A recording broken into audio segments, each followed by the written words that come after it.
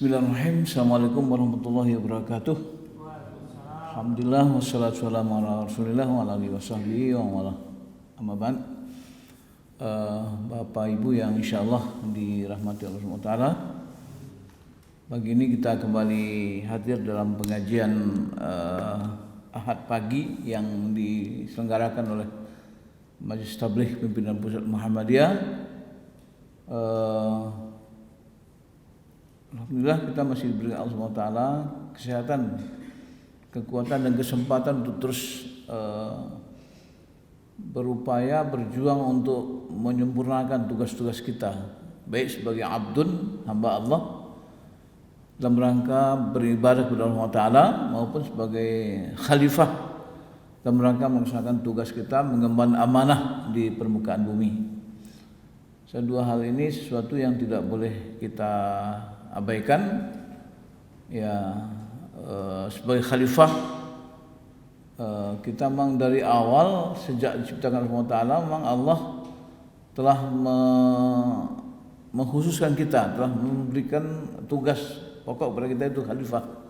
Malah ini isu pertama ini Jailul fil Khalifah itu merupakan isu pertama dalam penciptaan manusia.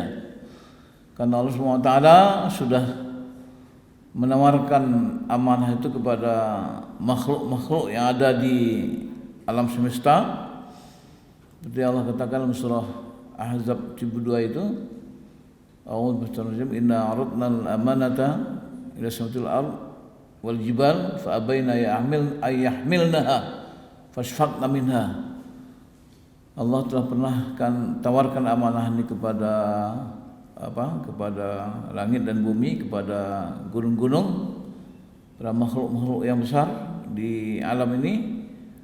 Kemudian fa'abaina yahmilaha, mereka enggan, mereka tidak sanggup, mereka tidak mampu, tidak mau menerimanya. Kenapa? Wasfaqna minha, mereka khawatir tidak mampu menunaikan amanah itu. Falamal insan, lalu Allah menciptakan manusia, innahu kana zaluman jahula gitu. Jadi khalifah itu adalah merupakan merupakan isu pertama yang disampaikan Allah SWT kepada malaikat bahwa dia akan jadikan khalifah. Dan yang kedua, seperti yang katakan Allah surah Az-Zariyat 56, wa ma khalaqtul jinna wal insa illa liya'buduni. Aku tidak jadikan jin manusia kecuali beribadah kepadaku. Jadi menjadi khalifah dan beribadah kepada Allah SWT ada dua tugas pokok utama kita yang perlu kita laksanakan dan sempurnakan dalam kehidupan ini. Bapak sekalian, hari ini kita agak sedikit kurang ramai karena hari ini ada Hari Bermuhammadiyah di UHAMKA. Sedianya kemarin karena Pak Mukti yang sekarang sudah jadi menteri selain dari Sekretaris Umum Pimpinan Pusat Muhammadiyah, dia juga adalah Menteri Pendidikan dasar dan menengah Sekarang pendidikan itu dibagi 3 menterinya, ada pendidikan tinggi, ada pendidikan dasar dan menengah, ada jadi 3 menteri, jadi 1 menteri dibagi 3 gitu. Jadi menterinya jadi 3 Nah, salah satunya Menteri Pendidikan Dasar dan Menengah, dan barangkali ini menurut saya pilihan ini cukup bagus oleh Prabowo, bahwa menunjuk atau mengambil untuk pendidikan dari Muhammadiyah ini sesuatu yang tepat karena Muhammadiyah memang secara institusi berpengalaman dalam mengolah pendidikan. Kita punya ribuan sekolah. Jadi memang insyaallah mudah-mudahan kita harapkan pendidikan kita ini akan insyaallah akan lebih baik dan akan diperbaiki untuk ke depan. Saya akan coba membawakan satu judul, sengaja saya tidak terjemahkan karena ini kita sebetulnya orang Indonesia ini sudah banyak mengerti bahasa Arab dan sudah bisa bahasa Arab itu sebetulnya. Kenapa setiap hari kita bahasa Arab Setiap hari kita bahasa Arab. Itu fahmu makna wa hakikatus salah. Ini kan bahasa biasa aja nih. Jadi saya enggak ngambil bahasa-bahasa Jadi memahami makna dan hakikat salat itu artinya. Jadi Mungkin barangkali kalau ada orang yang lebih fasih ya, mungkin dia wah ini bahasa kayak apa. Bagi kita bukan itu, kita pengertiannya ya. Jadi fahmu ma'na wa hakikati salah, ya pengertian atau memahami pengertian dan hakikat salat ini. Kemudian ini mukaddimah saja sebagai pengantarnya. As-salat fil Quran wal ahadits ya, as-sahihah. Al-Quran, as-salat dan Quran dan hadis yang sahih ya, hadis sahih itu tushiru ila ibadah yang menunjuk kepada ibadah, tushiru ibadah allati yuaddiha al-muslim, yang ditunaikan oleh orang Islam ya, yuaddi ya, allati yuaddiha al-muslim, yang dilaksanakan, yang dikerjakan oleh muslim bitijahillah, untuk menghadap Allah SWT ya. Wahia, dan solat itu ahadu arkanil Islam al-khamsah, adalah salah satu dari rukun Islam yang 5. Waqad waradat bima'ani muta'addidah tartabitu bi ahamiyatis salah wa thariya fi hayatil muslim. Telah datang pengertian-pengertian yang banyak ya, yang terkait dengan kepentingan solat dan pengaruhnya dalam kehidupan muslim. Fima yali, berikut ini ada pengertian salat yang telah ada dalam Quran Karim dan hadis yang sahih ya. Di sini saya ingin dulu, kenapa kita penting memahami ini? Karena Rasulullah SAW dalam hadis Bukhari mengatakan, "Man bi khairan yufaqih fiddin." Orang yang diberikan Allah kebaikan dalam ibadah itu hanya orang yang mengerti dalam soal ibadah itu. Jadi mayur bil khairan, orang yang dikehendaki Allah untuk mendapatkan khairan, mendapatkan kebaikan, mendapatkan tambahan kualitas ya. Itu adalah orang yang yufaqihu, Allah berikan kepadanya pemahaman fiddin, tentang Islam, tentang ibadah, tentang akidah, tentang makna substansi daripada ibadah yang dia kerjakan. Orang yang mengerjakan ibadah hanya sekedar pendekatan fikih, kemudian dia bisa laksanakan salat secara benar dan prakteknya, tapi ketika dia tidak fahami secara substantif apa yang dimakna salat itu, maka dia tidak akan tidak akan ada peningkatan kebaikan dari ibadah yang dikerjakan. Ini jelas nih. Jadi lebih khairan yufaqih ini riwayat hadis riwayat Bukhari ya. Kemudian ya pertama ya, ini kita nanti mungkin barangkali saya lebih ngajak kita diskusi nanti ya. Salat itu apa? Yang pertama adalah as-silah bainal abdi war rabbih ya. As-silah bainal abdi war rabbih. Salat itu adalah hubungan ya. As-silah dari salah juga. Ya, silah itu sama dengan kata-kata salah itu. Silah artinya hubungan. Silaturahim, hubungan kasih sayang. Nah itu silah. As-silah baina abdur rabbih, yaitu hubungan di antara hamba dan Tuhannya dan Allah. Rabb, mana Rabb dia alladzi khalaq. Jadi hubungan seorang hamba dengan Allah yang menciptakannya.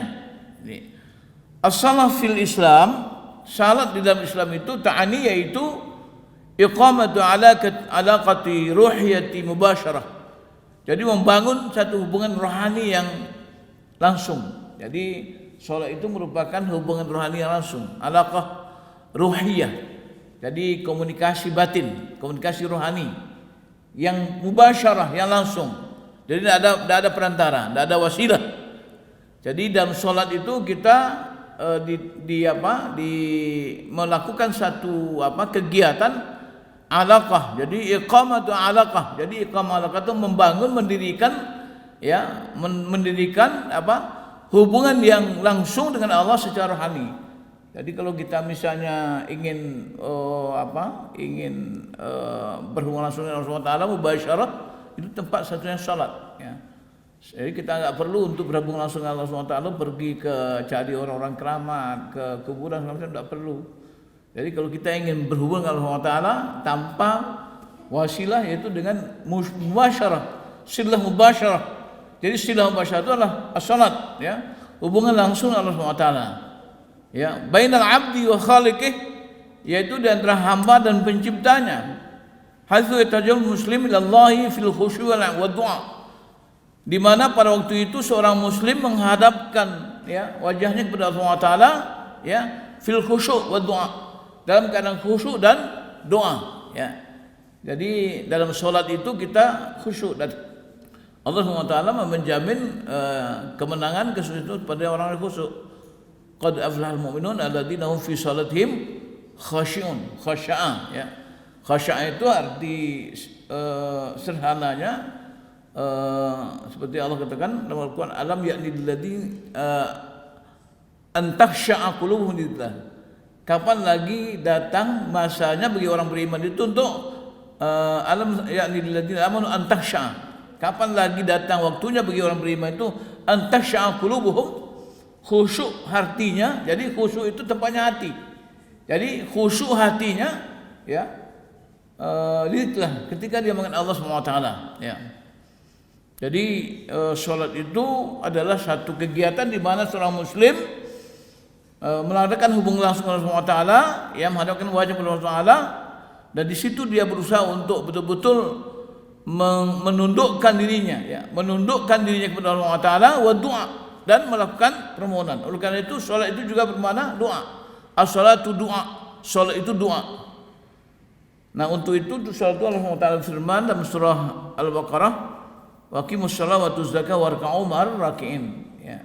Tegakkan salat dan berikan zakat dan rukuklah beserta orang yang rukuk. Kemudian pada surah Taha 14 Allah SWT berfirman, innani anallah, sungguhnya aku kata Allah SWT adalah Allah, la ilaha illa ana, tidak ada ilah kecuali aku, fa'budni, dan beribadah kepadaku, wa aqimis shalah, dan tegakkan salat, li dzikri, untuk mengingatku.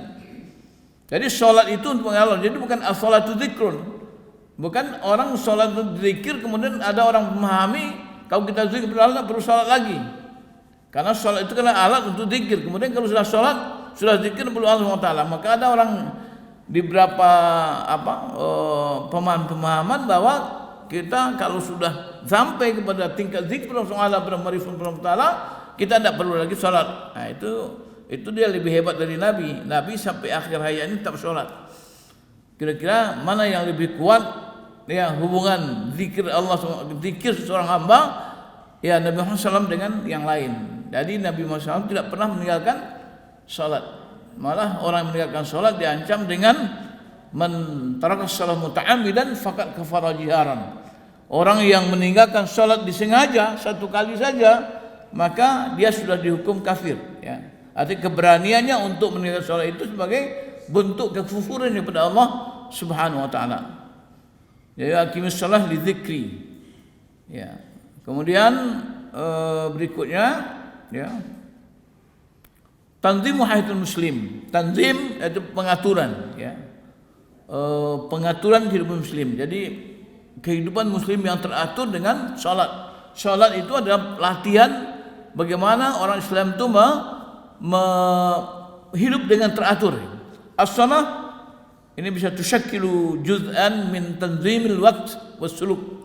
Salat itu merupakan apa? Membentuk ya, bahagian daripada membentuk ya seorang muslim itu dalam kehidupan yang teratur, mengatur waktunya dan perilakunya. As-suluk haitsu ja'ala al-Islam, di mana Islam telah menjadikan salat itu fardhah, suatu kewajiban fi awqati muhaddadah fil yaum, pada waktu-waktu yang ditentukan ya, muhaddadah mutaayyanah fil yaum, pada setiap hari. Qala ta'ala inna salata kanat 'alal mu'minina kitaban mawquta. Salat itu ditentukan atas mukmin dari waktu-waktu yang ditentukan.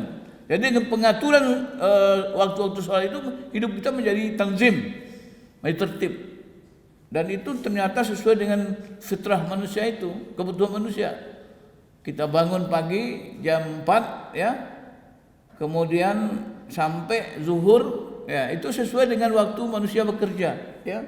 Manusia bangun bekerja kayak di Jakarta ini jam 4 bangun, kemudian salat subuh, kemudian berangkat kerja, dan pada saatnya kita sudah istirahat ya, itu ada salat zuhur. Nah, kemudian salat zuhur kita nanti mungkin sambung lagi bekerjanya ke asar. Jadi asar kita istirahat lagi, kemudian nanti ya siap-siap untuk pulang ke rumah. Maghrib kita sholat lagi, kemudian kita makan segala macam, lalu kemudian sholat lagi, lalu istirahat yang panjang sampai subuh. Kemudian mungkin ada sholat tahajud segala macam. Ini sesuai dengan aturan kehidupan, ya. Jadi artinya apa yang diajarkan Allah Taala dalam Al-Quran tentang sholat sebetulnya sesuai dengan tanzimul hayat. Jadi ini yang diikutin sebetulnya. Jadi skema kehidupan itu seperti itu. Jadi kalau misalnya coba bayangkan kalau misalnya sholat itu diwajibkan misalnya duha atau jam 3 atau jam 3 malam atau nanti mungkin jam 5 sore misalnya. Mungkin orang repot ya. Mungkin lagi mau nutup tokonya waktu azan datang misalnya. Tapi aturan-aturan yang dibuat oleh Allah Taala yang diturunkan oleh Allah Taala dalam Quran dan dilaksanakan dalam Sunnah Rasulullah itu ternyata sesuai dengan tanzimul hayat. Ya, jadi kehidupan muslim itu seperti itu, manusia secara keseluruhan. Nah, jadi kalau kita ini tidak ada kesulitan. Tidak ada kesulitan kita dalam melaksanakan sholat itu. Waktu-waktunya. Karena itu Allah mengatakan wa ma ja'ala 'alaikum fid din min haraj. Allah tidak pernah membuat kesulitan. Karena Allah selalu menginginkan kemudahan. Ya. Yuridu yusra wa la yuridu usra. Allah itu mendaki kemudahan dan tidak mendaki kesulitan. Maka ketika ada kesulitan Allah ada yang mudah dan yang sulit. Kemudian dalam kaidah fikih itu dikatakan kita harus memilih yang mudah. Jadi at-taysir muqaddamun ala tahsir. Kemudahan itu lebih didahulukan daripada yang sulit. Jadi kalau ada yang mudah, ada yang sulit, kita pilih yang mudah. Karena Allah mendaki yang mudah. Misalnya kita ini dalam perjalanan nih, sebetulnya perjalanan itu kan pilihan ya. Karena Allah mengatakan, jadi kalau kita dalam perjalanan itu kita boleh tidak berdosa. La junaha alaikum an taqsumu shalah. Idza darabtum fil ardi fala junaha alaikum an taqsumu shalah. Kalau kamu misalnya melakukan perjalanan ke permukaan bumi, maka tidak apa ya, tidak la junah itu tidak berdosa. Jadi tidak wajib. Kenapa? Karena ada bisa pilihan.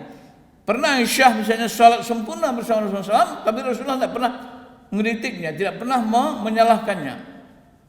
Tapi memilih rukhsah itu lebih diutamakan. Karena Rasulullah SAW ketika dia melakukan perjalanan dia memilih rukhsah. Nah itu. Jadi jadi waktu-waktu yang ditentukan itu kalau misalnya waktu yang normal ini ada. Kemudian ada waktu yang untuk apa? Karena setiap kesulitan itu akan mendatangkan kemudahan. Al-masyaqqah tajlibut taysir. Kesulitan itu akan mendatangkan kemudahan. Kalau ada kesulitan, Allah akan memberikan kemudahan atau jalan keluar sehingga tidak ada satupun ibadah ini yang tidak bisa kita kerjakan. Sehingga karena Allah SWT mengatakan la yukallifu nafsan illa usaha. Allah tidak membeban seorang kecuali dengan sesuai dengan kemampuan yang Allah berikan kepadanya. Ya oleh karena itu ketika ada ibadah-ibadah yang kemudian sesuatu yang wajib yang tidak mungkin dilaksanakan manusia ini perlu ada peninjauan kembali apakah itu betul syariat yang ditetapkan Allah atau tidak gitu. Jadi tanzimu hayatil muslim. Di antara salat itu adalah merupakan tanzim mengatur kehidupan seorang muslim. Kemudian selanjutnya apa?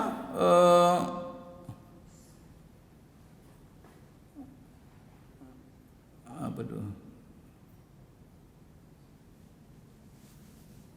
Ini banyak betul apanya nih? Ya. Yang selanjutnya salat itu nahyu anil fahsya munkar. Jadi salat itu adalah mencegah dari yang keji dan munkar. Nah, itu seperti dalam surah Al-Ankabut dikatakan inna salata tanha 'anil fahsya'i wal munkar ya. Nahyu 'anil fahsya'i wal munkar as-salatu duarun. As-salatu duar, punya peran lis salat. Salat itu mempunyai peran fi tahdzib dalam membina. Tahdzib membina fi tahdzibil akhlaq dalam membina akhlak ya wa nahyi 'anil af'al sayyi'ah dan mencegah dari perbuatan yang sayyi'ah yang jahat yang jelek. Kama fi qouli ta'ala inna sholata tanha 'anil fahsya'i wal munkar. Jadi salat itu selain dari hukum yang bersifat konstruktif yang ke depan kemudian bagaimana salat itu mampu memberikan kekuatan pada manusia untuk menjauhi yang keji itu, sebetulnya ini perlu pemahaman tadi. Dalam surah Al-Ankabut itu sebetulnya kan dimulai bukan dari inna sholata tanha 'anil fahsya'i wal munkar. Ayat itu dimulai dari utlu ma uhiya minal kitab. Utlu ma uhiya minal kitab. Bacalah apa yang diwahyukan kepada engkau dari Alkitab. Kemudian wa aqimis shalah, tegakkan salat. Kemudian inna sholata tanha 'anil fahsya'i wal munkar. Di situ ada apa? Ada input, ada proses, output. Utlu ma uhiya minal kitab artinya bacalah oleh kepada kitab, itu input itu. Jadi ada ilmunya. Jadi sholat itu ada ilmunya, ada aturan-aturan, ada ketentuan yang menyangkut dengan akidah, ibadah segala macam. Itu ada input dulu. Jadi kemudian aqimus shalah itu proses. Ya. Kemudian inna sholata tanha 'anil fahsya'i wal munkar itu adalah output hasil. Jadi ketika inputnya bagus, inputnya sempurna, prosesnya bagus, kemudian hasilnya juga bagus. Karena bagaimanapun proses tentukan oleh input hasil tentukan oleh input dan proses. Kalau misalnya ternyata sesuatu yang kita kerjakan tidak mendatangkan hasil yang sempurna, katakanlah sholat tidak mencegah kita daripada keji munkar, itu artinya apa? Artinya dua hal ini bisa bermasalah. Mungkin bermasalah dari input, masalah dari proses. Mungkin inputnya nggak benar, mungkin prosesnya juga nggak benar gitu. Ya udah, karena itu untuk menyempurnakan hasil daripada sholat sehingga sholat mampu mencegah keji munkar, itu adalah kita harus menyempurnakan itu, menyempurnakan inputnya, masukan ilmunya. Ya makanya Rasulullah SAW mengatakan, dalam hadis Muslim itu mengatakan bahwa man amila amalan falaysa alaihi falaysa amrun alaihi fawaradun.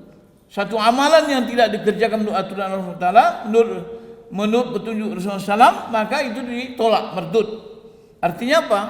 Artinya ketika kita mengamalkan tanpa ilmu, maka amal itu tidak diterima oleh Allah SWT. Kenapa? Karena prosesnya tidak benar. Maka inputnya penting. Oleh karena itu untuk belajar bagaimana kita bisa sholat dengan benar, maka kita wajib untuk belajar. Maka itu yang dikatakan ilmu yang wajib itu. Jadi talab ini fardhu ala kulli muslimah muslimah, menuntut ilmu itu wajib hukumnya pada setiap pribadi muslimah laki-laki dan perempuan. Ilmu yang fardu ain, ilmu tentang ibadah, terutama tentang sholat, itu fardu ain. Jadi sesuatu yang kewajibannya fardu ain, maka menuntut ilmunya juga fardu ain. Sesuatu yang kewajibannya fardu kifayah, maka menuntut ilmunya fardu kifayah. Misalnya bikin makanan yang enak misalnya, itu kan tidak setiap orang harus bisa gitu. Dan tidak wajib juga kan, maka ya ilmunya fardu kifayah juga. Bikin pesawat misalnya tidak perlu setiap orang yang bisa, satu orang bisa itu sudah bisa apa. Begitu ya misalnya sholat jenazah kan dimasukkan fardu kifayah juga. Misalnya bikin rendang misalnya tidak perlu semua orang tahu, cukup rumah makan Padang aja, kita tinggal beli ya. Tapi kalau sholat fardu ain, nggak mungkin sholat itu misalnya biarlah ustaz aja yang ngerti, kita nggak usah, kita cuma ikut aja, nggak begitu. Jadi ilmu yang wajib kita itu adalah ilmu tentang sholat. Kita itu sholat itu fardu ain, seperti zakat, sholat, haji itu fardu ain. Maka bagi orang yang mampu seperti haji, maka ya menuntut ilmunya juga fardu ain. Ya. Jadi oleh karena itu, ya karena dia bersifat merupakan sesuatu yang wajib, maka menuntut ilmunya wajib. Kenapa? Karena ketika kita melaksanakan sholat tidak sesuai dengan input petunjuk-petunjuknya dan prosesnya tidak sempurna, maka hasilnya juga tidak sempurna. Nah, kemudian as-shalah munajah. Salat itu merupakan dialog. Rasulullah SAW dalam sebuah hadis mengatakan, ala inna kullakum munaji rabbik. Sungguhnya setiap kamu itu adalah orang yang berdialog dengan Allah. Fala yu'dhiyanna ba'dukum ba'dha. Jangan mengganggu sebagian kamu kepada sebagian yang lain. Wa la yaf'alna ba'dukum ba'dha ala ba'din bil qira'ah. Dan juga jangan mengangkat suara sebagian kamu atas bagian yang lain dalam membaca. atau dikatakan dalam salat. Nah, lalu Rasulullah SAW sebuah hadis suci yang diriwayatkan oleh Muslim mengatakan, qasamtus salah baini wa baina abdi nisfain. Aku bagi solat itu di antara aku dan hambaku dua bagian.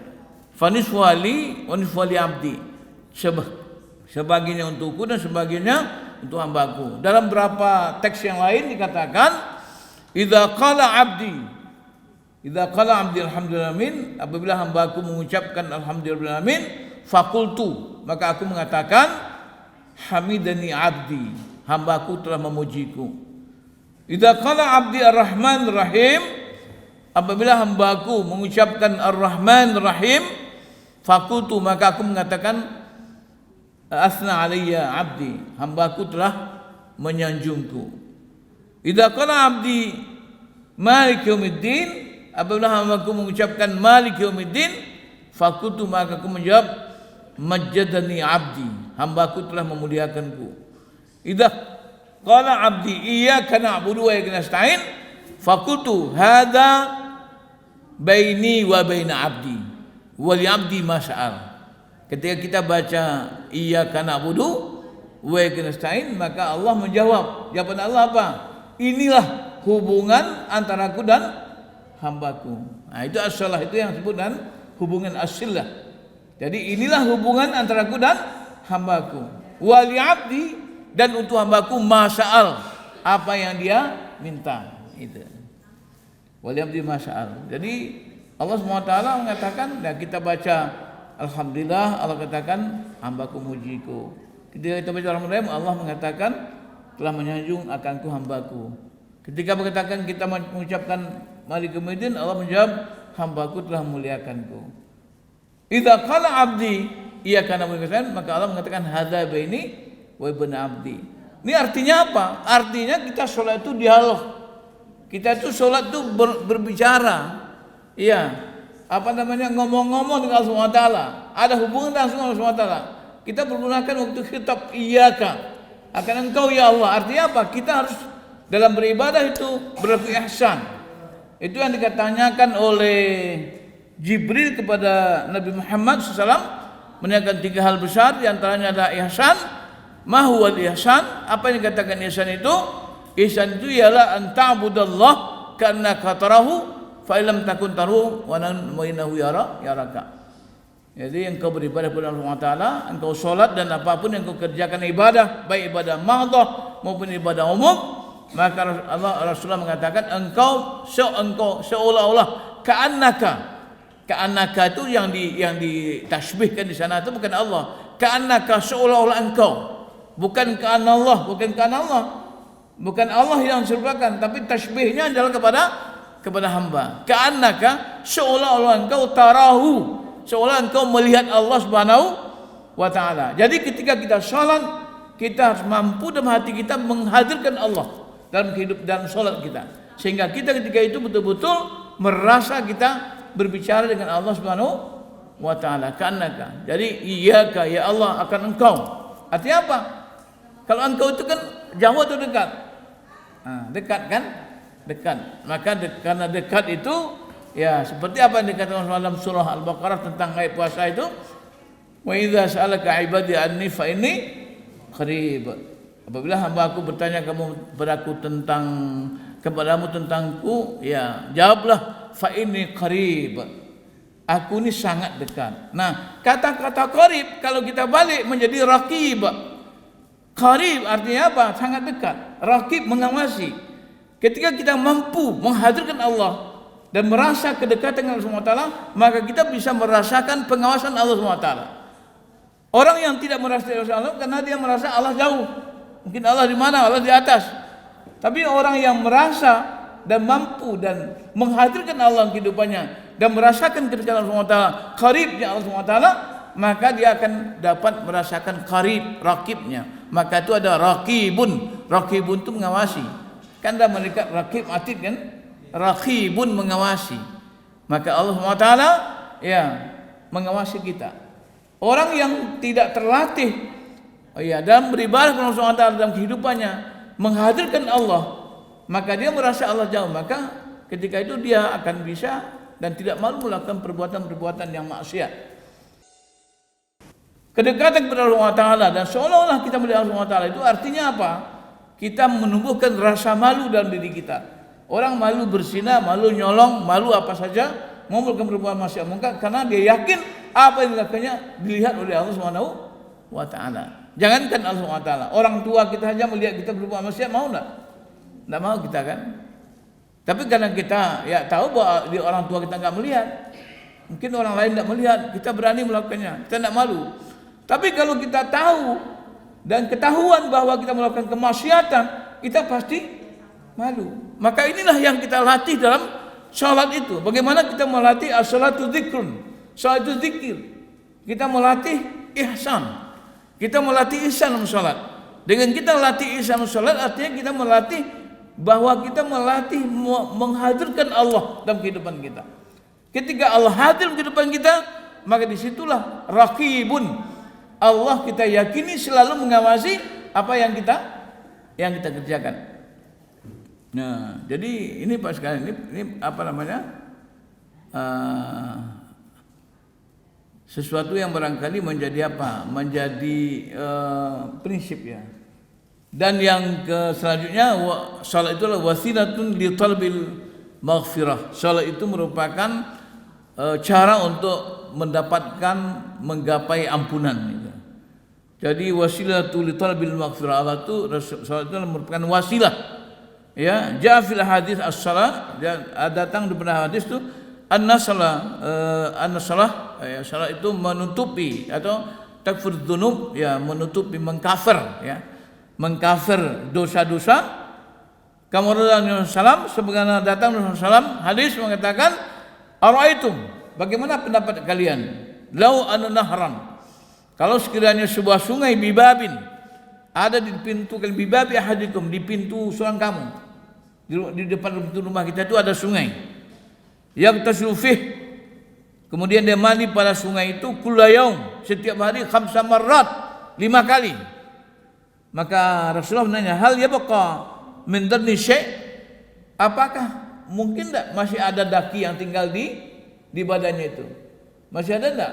5 hari 5 kali sehari semalam kita mandi di sungai ya, yang ada di depan pintu kita itu ya. 5 kali kita pintu, mandi pagi, tengah hari, nanti sore, malam, 5 kali.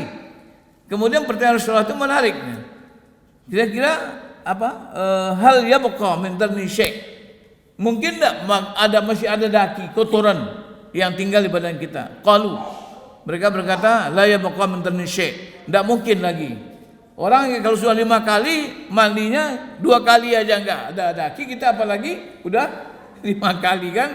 Qala, maka Rasulullah mengatakan, fadzalika mislu shalawat al-khams. Itulah perumpamaan salat yang 5 itu. Yamullah bainal khataya, Allah akan menghapus bihinna. Allah akan menghapus semua kesalahan kita. Jadi salat itu adalah merupakan wasilah li tabil maghfirah. Salat itu adalah merupakan wasilah untuk apa namanya? Ya ini udah selesai nih ya. Nah, oke. Jadi kita wah ini foto saya nih. Syukur alhamdulillah ya. Masih muda Pak, baru 75 tahun ya.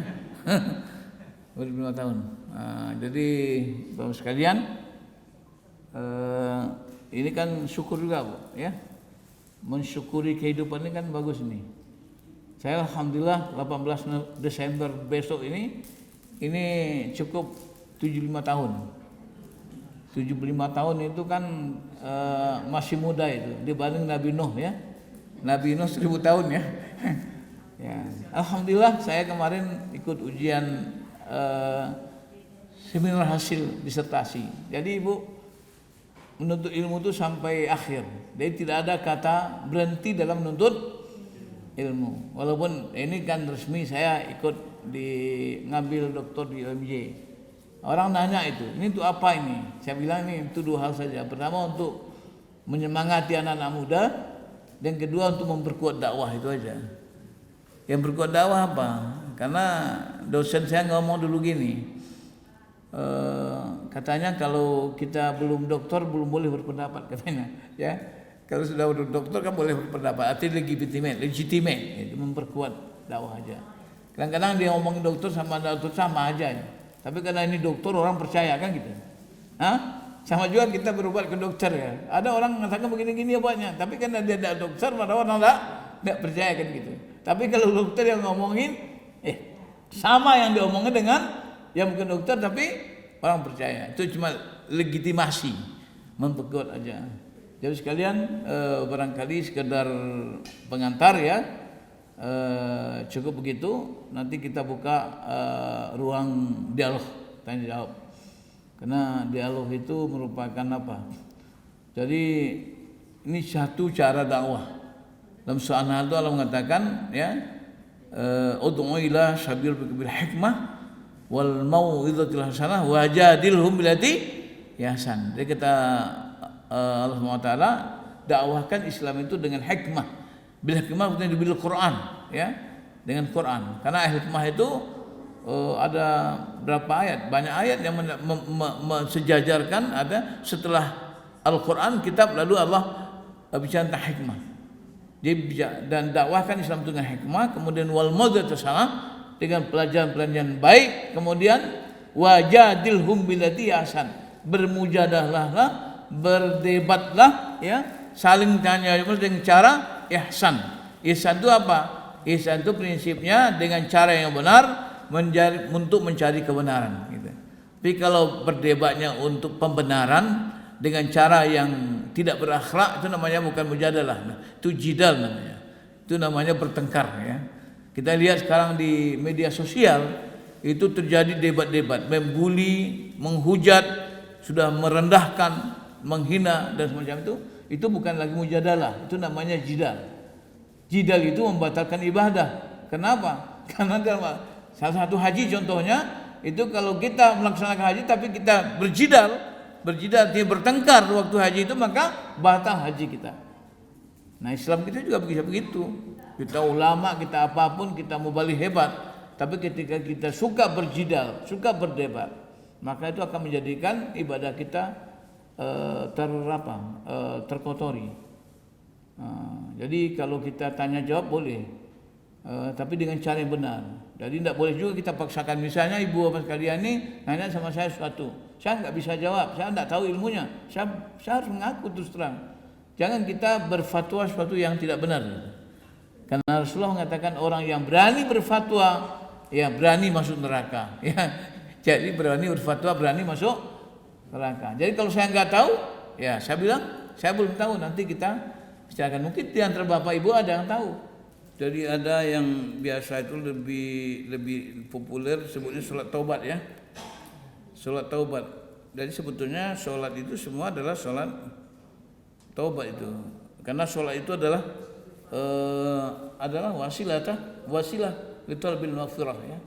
Wasilah cara untuk mendapatkan ampunan Allah. Tidak ada, memang Muhammadiyah tidak pernah merekomendasikan ya belum tentang sholat taubat secara sendiri. Apalagi sunat awabin itu nggak pernah, belum ada dalam HPT itu nggak ada itu sholat awabin itu. Jadi sholat itu sebetulnya semua sholat itu adalah merupakan membimbing kita ya agar kita selalu bertobat kepada Allah SWT. Nah, jadi memang ini tetap saja, tapi kita tidak boleh mengatakan wah itu bid'ah ya. Kalau saya mengatakan kita belum ketemu, itu aja. Jadi kalau ada misalnya begitu, ini bid'ah apa enggak? Ya, kalau saya mengatakan kita belum ketemu hadis yang kuat. Kenapa? Karena di Muhammadiyah itu ketika kita bicara soal tarjih, maka dalam hal-hal ibadah, maka hadis itu hadis yang sahih. Ya, yang sahih. Tapi walaupun dia hadis sahih, tapi kalau ahad itu tidak bisa diterima. Ya, hadis yang sahih yang apa itu? Yang apa? Walaupun tidak sampai pada tingkat yang mutawatir, yang viral ya, yang artinya yang tapi masyhur, banyak diriwayatkan oleh para ahli hadis. Jadi kalau cuma satu saja, misalnya satu contoh sholat tasbih misalnya, sholat tasbih itu ada hadisnya, tapi hadisnya ahad satu aja, dan itu tidak direkomendasi untuk diamalkan ya. Karena apa? Karena sesuatu yang wajib ya, sesuatu yang menjadi sunnah itu tetap harus banyak dalil, banyak sanadnya, banyak jalannya. Yaitu. Kenapa tidak mungkin Rasulullah SAW mengajarkan sesuatu yang dipentingkan oleh umat cuma didengar oleh satu orang saja? Ya, tidak mungkin. Sesuatu yang dipentingkan oleh umat seperti taubat itu kan penting itu. Sesuatu yang penting. Tidak mungkin itu hanya sampaikan Rasulullah pada beberapa orang tertentu. Nah, oleh karena itu kita yakini bahwa hadis-hadis yang menyangkut dengan hal-hal yang menyangkut ibadah, maka itu harus didukung oleh hadis-hadis yang kuat. Tidak boleh hadis yang hasan, apalagi dhaif, apalagi maudhu, ya. Tidak mungkin. Karena banyak hadis-hadis yang menyangkut dengan dengan tabsyir, dengan basyirah atau sesuatu yang bersifat reward, ya. Yang kadang-kadang terlalu royal pahala gitu. Artinya kalau ada satu amalan diamalkan kemudian akan diberikan ampuni oleh Allah Taala 2 tahun yang lalu dan 2 tahun yang akan datang itu misalnya. Itu jelas hadis maudhu, ya. Dibuat-buat. Jadi hadis taubat itu saya belum pernah baca. Dalam buku-buku, dalam kitab-kitab referensi di Muhammadiyah itu belum pernah kita baca. Kenapa? Karena memang pada hakikatnya semua sholat itu harus menjadi wasilah untuk bertobat kepada Allah Subhanahu wa Ta'ala. Apalagi misalnya ketika kita baca doa, ya. Sholat itu kan doa, ya. Doa iftitah misalnya. Doa iftitah yang seperti di kita ini kan wajah itu kan banyak lagi versi yang lain. Itu tidak ada semua dari Rasulullah SAW. Tapi yang masyhur itu kan 2. Dan malah kadang-kadang jadikan orang sebagai branded, ya. Kalau Allah baik itu Muhammadiyah, kalau jatuh tuh ini sebetulnya enggak itu. Sebetulnya Muhammadiyah juga baca wajah tuh. Ya, jadi tidak benar itu kalau ada itu branded. Itu ada dalilnya, dua-duanya kuat itu. Nah, cuman Allahumma ba'id itu doa. Coba bayangkan sekalian kita berdoa, Allahumma ba'id baini wa baina khataaya kama ba'adta bainal masyriqi. Ya Allah, jauhkan oleh Engkau di antara aku dan antara kesalahanku supaya Engkau menjauhkan antara timur dan barat. Itu kan sesuatu yang bernilai tobat itu, coba. Ada keinginan kita, ada aspirasi, aspirasi kita, kemauan kita di dalam diri kita ini kita sampai kepada Allah Taala melalui salat itu supaya kita dijauhkan oleh Allah Taala dari kesalahan kita, dari dosa kita, sebagaimana jauhnya timur dan barat, jauh yang tidak pernah akan ketemu. Barat dan timur kan bertemu. Cuman ketika itu kita baca kadang-kadang hanya sekedar doa iftitah tanpa kita fahami makna substansinya. Kadang-kadang kita merasa tidak apa-apa, habis sholat kita bikin dosa lagi, habis sholat korupsi lagi, habis sholat ribah lagi. Kenapa? Karena kita tidak faham. Padahal tadi kita barusan ngomong dan mau minta pada Allah supaya Allah menjauhkan kita dari timur dan barat. Nah, coba ulang ini. Allahumma naqqini minal khataaya kama yunaqqas thawbul abyadu minad danas. Ya Allah, bersihkan dosaku, kesalahan-kesalahanku dari apa? Ya, seperti apa? Seperti dibersihkan orang, disuci pakaian yang kotor daripada kaki, ya. Nah, coba bayangkan tuh, pakaian yang putih tadinya kemudian dikasih clean, ya. Dikasih sehingga bersih gitu. Malah tidak itu saja. Ditingkatkan lagi, Allah maghsil minal khataaya. Ya Allah, basuhlah kesalahanku itu, diriku ini daripada dosa, bil ma'i dengan air biasa, wasalji air yang dingin, wal baradi air yang beku, es. Artinya apa? Kalau ada bakteri-bakteri, kuman-kuman yang ada di situ yang masih itu akan dibunuh oleh air yang sangat dingin. Itu kan tidak bisa hidup itu, ya. Karena apa? Karena terlalu dingin. Sampai begitu keinginan kita kepada Allah Taala yang kita baca dalam salat. Nah, coba itu kalau kita baca benaran, ya. Kita baca bukan sekedar doa kita, tapi kita baca benar, kita fahami apa yang kita baca dengan baik dan benar, dan kita resapi dan kita internalisasi ke dalam diri kita. Ketika kita sholat itu kita betul-betul punya keinginan agar jauh dari dosa. Mungkin nggak kita akan buat lagi dosa? Nggak mungkin kan? Ya, kita sudah pakai bersih nih, kita lewat dekat kubangan misalnya, dekat lumpur, kita main-main di lumpur, tidak mungkin Lalu kalau kita baju bersih, baju kita putih, kita berusaha untuk jauh dari lumpur itu, dari kotoran itu. Kenapa? Karena jangankan kita mengotori, karena bersihkan aja kita tidak mau, kayak gitu. Sehingga dalam Al-Quran itu kalau misalnya kita lewat dengan yang logha, walladzina hum 'anil lagwi mu'ridun, kita berpaling daripada semua yang logha, yang tidak baik, yang batil itu, kan gitu. Jadi sebetulnya sekalian semua sholat kita itu adalah upaya kita untuk betul-betul bertobat kepada Allah Subhanahu wa taala dan menjauhi ya taubat. Ya, ada orang selama ini membagi begini, taubat itu untuk kesalahan yang besar. Kalau istighfar kesalahan yang kecil. Taubat itu biasanya dari syirik kepada tauhid, daripada kufur kepada iman. Itu taubat. Tapi semua taubat itu adalah kembali kepada jalan kebenaran. Kan gitu. Nah, oke. Barangkali gitu Bu ya. Ya. Tapi kalau berjumpa nanti dalil yang kuat, hadis yang kuat, tentu kita ya apa? Karena Syafi'i pun juga mengatakan idza sahal hadis fa huwa madhhabi. Imam Syafi'i mengatakan kalau nanti berjumpa di belakangku hadis yang sahih yang barangkali mungkin tidak sesuai dengan apa yang dia fatwakan, tapi Imam Syafi'i mengatakan fa huwa madhhabi, itulah madhabku, itulah fatwaku. Jadi Imam Syafi'i itu sebelum meninggal dia sudah perbaiki fatwanya. Dia ralat fatwanya. Dengan apa? Kalau nanti datang hadis sahih, maka itulah fatwaku. Artinya apa? Fatwa saya tidak laku, itu yang benar gitu. Cuma kadang-kadang kan kita ini apa itu? Apa nah? Kalau Imam Malik katakan la tuqalliduni, ya inama ana basyarun, saya manusia, la tuqallid, jangan taklid kepadaku, ya aswabu akhtau. Satu saat aku bisa benar, satu saat bisa salah. Jadi oleh karena itu gitu. Jadi pengaruh antara kualitas iman dengan ibadah kan begitu. Intinya begitu Pak ya. Tentu begitu. Artinya sholat itu kan bangunan ya. Iman itu kan fondasinya. Ketika fondasinya lemah, tentu bagaimanapun akan pengaruh kepada bangunan. Nah, oleh karena itu tentu tuntutannya adalah bagaimana kita selalu memperkuat iman kita, ya, memperkuat, menyempurnakan iman kita, dan bagaimana supaya akidah kita betul-betul terjauh daripada syirik. Maka itulah yang dikatakan Allah Subhanahu wa taala itu qad aflaha man tazakka wa dzakara isma rabbih fasalla. Sungguh akan menang orang yang tazakka, yang tazkiyatul tazkiyatu nufus, membersihkan diri pada syirik. Maka kalau dzakara isma rabbih, baru dia zikir Allah Subhanahu wa taala, kemudian salat. Jadi salat itu harus dulu dengan penyucian diri, dengan pembersihan diri kita daripada syirik. Nah, kalau dia genda misalnya seperti kita baca wajah tu lah Pak. Wajjahtu wajhiya lilladzi fasadil ardu hanifan muslima wa ma ana minal musyrikin. Itu pernyataan kita dalam salat kita.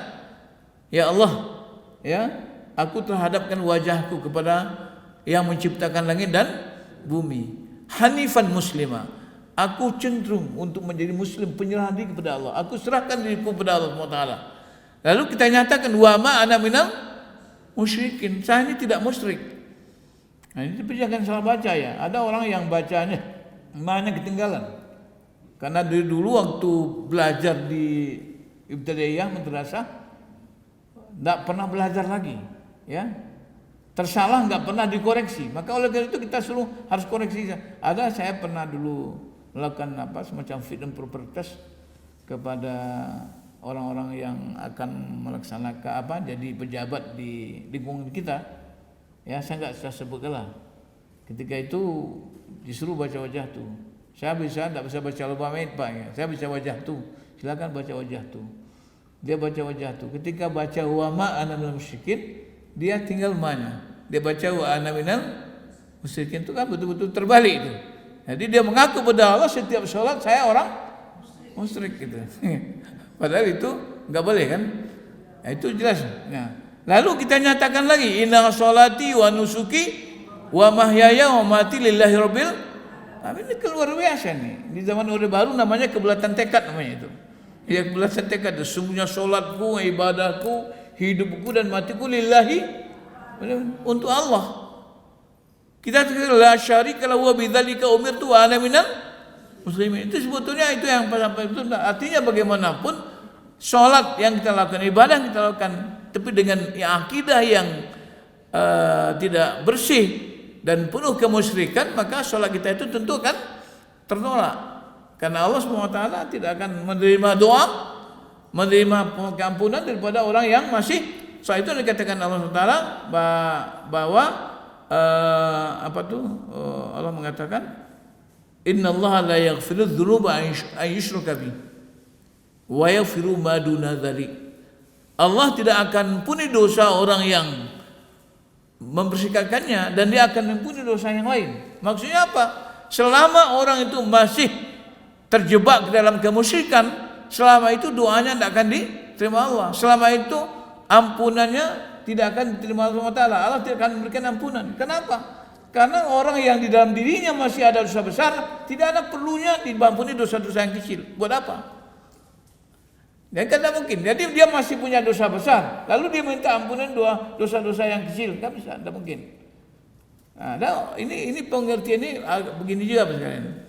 Dulu kita syirik tidak diampuni, seolah syirik itu ya dosa yang tidak diampuni. Nah, syirik itu dosa yang tidak diampuni ketika syirik itu kita bawa mati. Ya. Tapi syirik di dunia ini diampuni Allah SWT kita kembali. Contohnya apa? Buktinya apa? Orang yang agamanya tadi agama syirik, masuk Islam dibolehkan. Ya, kayak gitu. Yang tidak diampuni adalah ketika kita syirik itu tidak kita bertobat dan kita tidak kembali kepada Allah Taala, kemudian kita meninggal dalam keadaan musyrik. Nah, itu. Jadi yang tidak diampuni adalah dosa orang musyrik. Ya. Makanya oleh itu kita juga tidak boleh mendoakan orang-orang yang musyrik, ya Allah ampuni dosa mereka dan masukkan mereka ke surga. Tidak mungkin. Kenapa? Karena dia syirik. Cuman kadang-kadang kan begini sekalian, kadang-kadang kita tidak tahu bahwa kita musyrik, ya. Kita tidak tahu bahwa kita dalam keadaan musyrik. Kadang-kadang kita syirik yang sifatnya qauliyah atau fi'liyah. Kita tidak bermaksud untuk mempersekutukan Allah Taala, tapi hakikatnya kita mempersekutukan Allah Taala. Ya, contoh misalnya, saya selalu mengatakan seperti misalnya kemarin ada mahasiswa saya nanya, gimana itu Pak hukumnya kalau ada orang mengucapkan salam dengan salam-salam daripada agama-agama lain. Menurut saya ini dan menurut Al-Quran, ya, karena surah Al-Furqan itu Allah mengatakan waladina la yad'una ma'allahi ilahan akhar, di antara orang yang hamba Allah itulah orang yang tidak berdoa menyertakan Tuhan yang lain. Nah, itu. Bukan berdoa pada Tuhan yang lain. La yad'una Allah ma'a ilahan akhar. Dia tidak berdoa kepada Allah menyertakan Tuhan yang mengikutkan Tuhan yang lain dalam berdoa. Salam itu doa. Nah, salam itu kan doa kan? Nah, bagaimana kalau kita ikut salam dengan mengucapkan salam-salam doa, salam-salam agama lain? Artinya apa? Itu artinya kita juga berdoa terhadap Tuhan-Tuhan mereka. Nah, berdoa dengan Tuhan mereka itu maksudnya kita berdoa menyertakan Tuhan yang lain. Padahal hamba Allah itu la yad'una ma'allahi ilahan akhar. Tidak boleh berdoa menyertakan. Kalau berdoa pada Tuhan yang lain itu jelas salah itu, kan? Kalau doa kepada Tuhan yang lain bukan kepada Allah itu salah. Itu jelas tidak benar itu. Karena kita iyyaka na'budu wa iyyaka nasta'in. Tapi yang tidak kita sadari adalah ketika kita mengikut sertakan Tuhan-Tuhan yang lain dalam berdoa, itu syirik. Ya. Jadi gimana tuh? Apakah itu bukan toleransi? Toleransi itu Islam itu sudah mengajarkan toleransi. Apa? Pertama, lakum dinukum wali adin, untukmu agamaku, untukku agamaku. Artinya tidak saling mengganggu. Silakan Anda beragama dengan agama Anda dan saya beragama dengan agama saya. Anda beribadah dengan ibadah agama Allah, saya beribadah dengan ibadah agama saya. Satu. Dan yang kedua, la ikraha fiddin. Islam tidak memaksa orang lain untuk masuk Islam. Ibu misalnya, bapak misalnya punya perusahaan. Perusahaan itu mempekerjakan sekian banyak pekerja. Kemudian lalu ibu mengatakan, ya, nanti siapa-siapa yang kerja di perusahaan saya ini, kalau tidak masuk Islam, saya keluarkan, saya pecat. Enggak boleh. Itu namanya memaksa. Nanti orang masuk Islam bukan karena dia yakin, tapi karena dia takut diberhentikan pekerjaan. Dan tidak boleh. La ikraha fiddin, tidak boleh kita ikrah. Ya, Ya. Dan yang ketiga, kita tidak boleh mencaci Tuhan yang lain. Allah mengatakan jangan kamu mencaci Tuhan-Tuhan mereka, nanti mereka mencaci Tuhanmu dengan tidak ada ilmu. Ya, tidak boleh. Itu hebatnya kita kan. Tidak boleh kita juga meruntuh rumah-rumah ibadah agama lain. Tidak boleh. Itu toleransi. Jadi bukan toleransi, itu kan mencampur adukkan. Mencampur adukkan itu namanya sinkretisme, bukan toleransi. Ya, mencampur adukkan namanya sinkretisme. Mencampur adukkan ibadah Islam dengan ibadah itu yang ditolak oleh Muhammadiyah sejak awal. Ya, makanya ada istilah Muhammadiyah itu anti TBC, taklid bid'ah dan khurafat. Supaya apa? Supaya bersih ibadah gitu, jangan diikut sertakan apa. Jadi oleh itu menjawab pertanyaan Bapak tadi, benar bahwa sebelum kita ibadah sholat kita harus bersihkan iman kita. Tidak mungkin kita bangun satu bangunan besar di atas fondasi yang lemah, itu kan? Ya, insyaallah mudah-mudahan ini sekedar informasi saja. Insyaallah Majelis Tabligh pimpinan Pusat Muhammadiyah sudah ada konsensus kesepakatan dengan Ustadz Adi Hidayat, ya. Beliau itu kan wakil ketua sekarang ini, wakil ketua Majelis Tabligh pimpinan Pusat Muhammadiyah. Beliau sudah menyediakan waktunya 1 kali dalam sebulan, yaitu setiap Kamis malam Jumat. Nah, Kamis malam Jumat, cuman itu belum ditetapkan waktunya, mau kapan dimulai gitu. Tapi dia sudah menyatakan, saya sudah sampaikan dalam rapat, dia sudah menyatakan, kemarin saya ingatkan juga, dia sudah siap, tinggal kita perlu mengatur, ya. Mungkin tempatnya apa di masjid atau di aula. Kalau di masjid ini kan kadang-kadang kalau ramai kan susah, ya. Satu pikir di aula itu kan bisa dikembangkan, malah bisa keluar gitu ya. Di aula itu mungkin barangkali 300 sampai 400 orang. Itu masih kita bicarakan mana yang terbaik gitu. Karena kalau di masjid, ya di masjid itu tentu nilainya lebih baik, ya. Karena selama kita mendengarkan ta'lim, menunggu sholat, maka nilai duduk kita itu di i'tikaf, ya. Ya, i'tikaf itu kan ada tambahan sedikit bonusnya, ya. Ya kalau misalnya di aula itu tidak ada i'tikafnya, ya. I'tikaf itu cuma di masjid, ya, di masjid. Cuman ya kita sedang mencoba, mungkin barangkali bisa aja. Ya pertama kita coba di masjid, nanti kalau misalnya memang tidak tertampung kita, ya biasanya kan video itu viral, ya, di mana-mana kita lihat kan dia banyak, ya. Yang penggemarnya kan banyak. Jadi kita harapkan dengan kegiatan pengajian nanti yang diisi oleh Ustadz Hadi Hidayat, ya, ini kan sebetulnya kita perlu Allah itu telah meninggikan satu dengan yang lain itu dengan satu hal, ya. Ternyata ya di Indonesia ini kita harus akui itu. Misalnya Ustadz Abdul Samad, Das'al Latif, kemudian Ustadz Hadi Hidayat, itu kan Ustadz yang viral, ya. Dan itu kita harus mensyukuri karena bagaimanapun banyak orang yang tertarik, siapapun mau dengar, ya. Jadi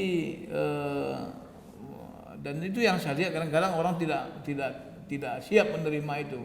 Misalnya walaupun dia satu faham dengan atau tidak, tapi bagaimanapun tetap ada kelebihan-kelebihannya. Walaupun dia punya pandangan yang berbeda tentang satu hal, tapi yang jelas tentang akidah, ibadah dan akhlak mereka sama. Dan kita harus memperlakukan semua mubalik itu sama. Jadi ini Muhammadiyah itu enggak ada begitu. Dalam Islam itu semua sama, ya, semua sama. Muhammadiyah, Islam macam itu kita harus pandang sebagai sebuah wasilatun li ihya'id dakwah, untuk menghidupkan dakwah, itu aja. Oke, demikian, terima kasih. Mudah-mudahan Bapak sekalian kita selalu diberi Allah iman yang kuat, ya, akidah yang mantap, jauh daripada syirik.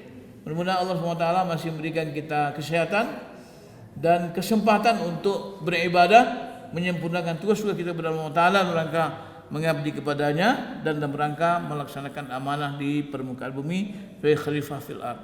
Kita tutup kajian kita dengan doa kafaratul majlis. Subhanakallahumma wa bihamdika asyhadu an la ilaha illa anta astaghfiruka wa atubu ilaik.